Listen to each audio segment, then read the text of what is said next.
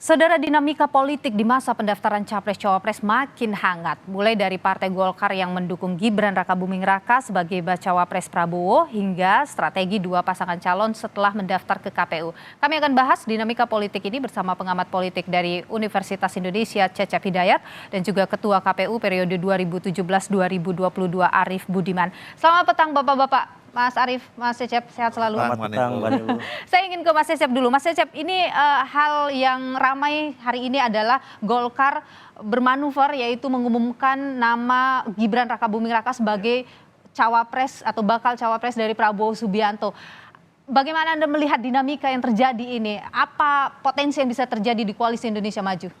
Saya kira kemarin ketika Koalisi Indonesia Maju itu masing-masing menyerahkan daftar nama cawapresnya ya ketika pertemuan beberapa hari yang lalu itu kan nama Gibran sudah mulai muncul dan memang sebelumnya Prabowo sendiri sudah menyatakan ada 4 bacawa pres yang muncul dari partai-partai pendukung Koalisi Indonesia Maju dari luar Jawa, Yusril, kemudian Jawa Tengah, Jawa Timur ya termasuk di sana misalnya Erlangga, Gibran dan Hovifah ya. Nah kemudian saya kira sekarang tinggal bagaimana mencari Erick Thohir juga. Erick Thohir ya, jadi ada Yusril, Erick Thohir, betul, Erlangga dan oleh Demokrat, ya PAN oleh Erick Thohir. Ya, dan termasuk Gibran. Nah di sana kan saya kira pemilik suara terbanyak kedua ya setelah Gerindra adalah Golkar.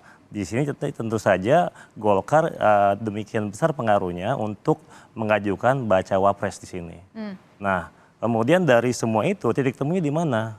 Ada tokoh baru yang diusulkan yaitu Gibran di luar dari partai-partai pengusung KIM ini sebenarnya. Oke, jadi Gibran ini akan memperkuat kesolidan dari Kim ini atau justru karena ini kabarnya sampai tadi malam itu masih ada dissenting opinion di antara para partai koalisi. Ya. Nah, kalaupun nanti misalnya Gibran yang akan diusulkan ya, saya kira justru ini bisa memperlemah posisi Prabowo sendiri. Kenapa?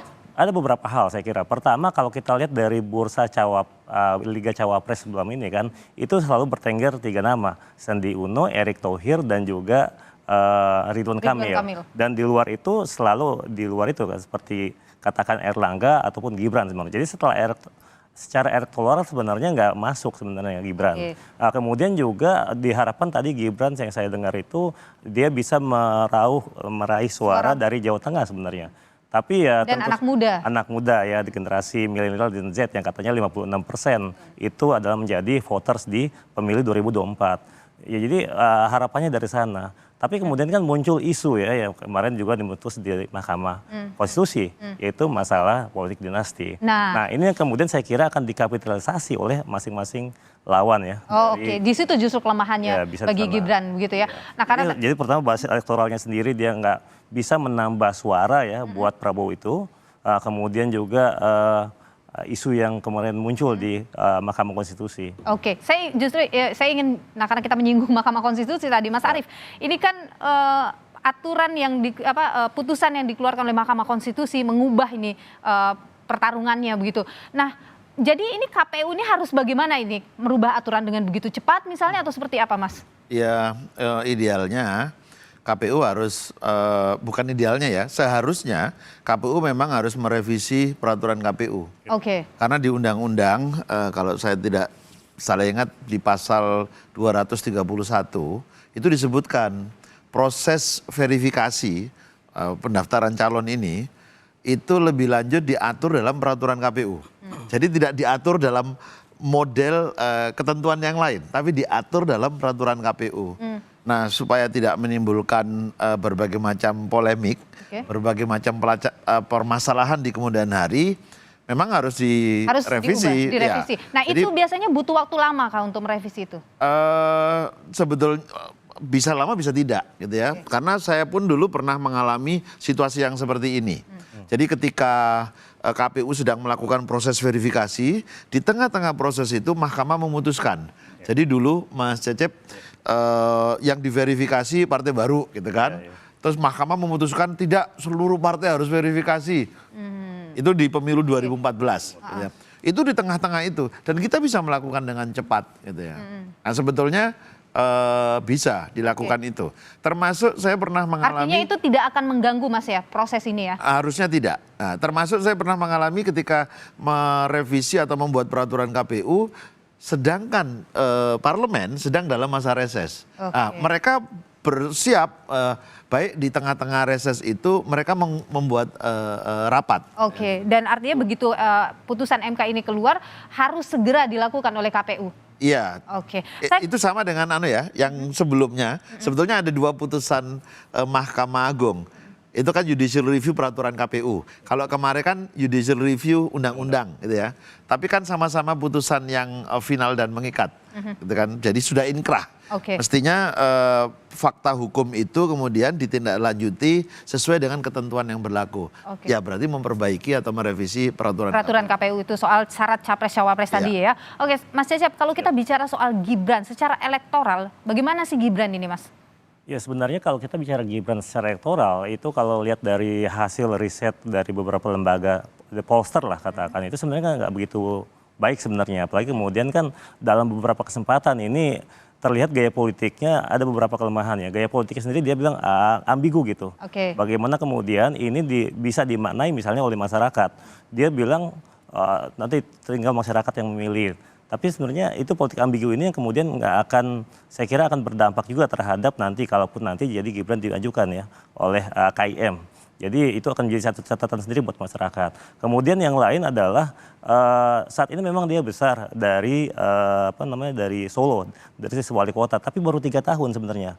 Pengalaman sebelumnya kan pengusaha, kemudian birokrasi ya, kepala daerah. Tapi baru 3 tahun dan saya kira pengalamannya masih kurang ya untuk mengelola misalnya seluruh Indonesia sebagai negara besar ini. Oke, kalau kita lihat ya ada pasangan Ganjar Mahfud, ada pasangan Anies Baswedan dengan Muhaimin Iskandar. Dibandingkan kemudian dengan nanti ini kalau ini kan belum ya, Gibran Prabowo Gibran kira-kira akan seperti apa ini petanya kira-kira Mas? Tapi kita jawab setelah jeda ya Mas. Kami akan kembali, saudara, tetaplah bersama kami di Kompas Petang.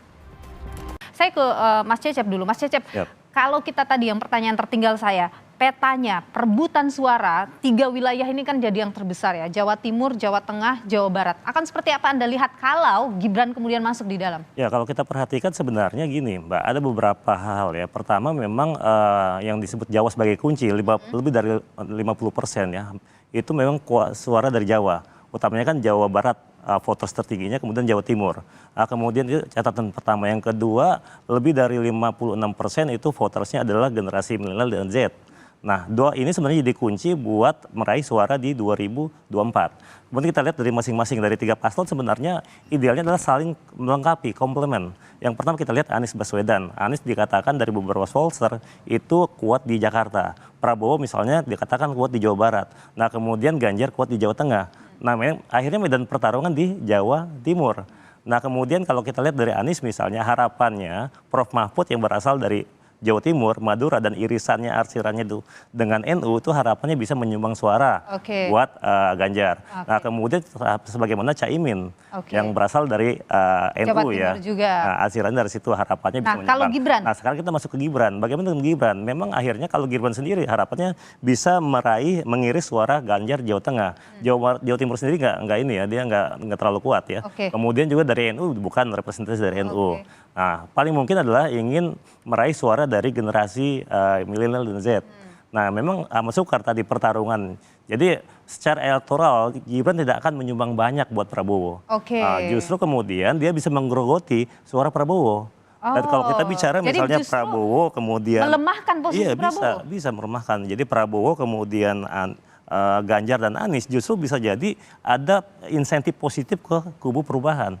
Itu Anies dan Caimin. Saya pertanyaan tertinggal tadi Mas, kalau Anda lihat ini tidak hanya 2 ya ternyata ya Mas ya. Jadi Gibran juga kena ketentuan juga ya soal kepala daerah. Nah, ya. Itu gimana itu Mas persyaratannya? Ya, pertama ketika dia mau jadi bakal pasangan calon dulu, maka harus mendapatkan 2 hal. Pertama, persetujuan dari presiden. Yang kedua, izin cutinya. Nah, itu untuk mendaftar.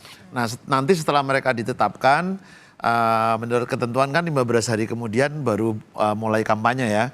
Nah, ketika kampanye, 1, mereka tidak boleh menggunakan fasilitas negara. Oke. Yang kedua, mereka harus melakukan cuti supaya tidak rancu pada saat melakukan tugas sekaligus Kampanye. juga. Nah, itu nggak boleh.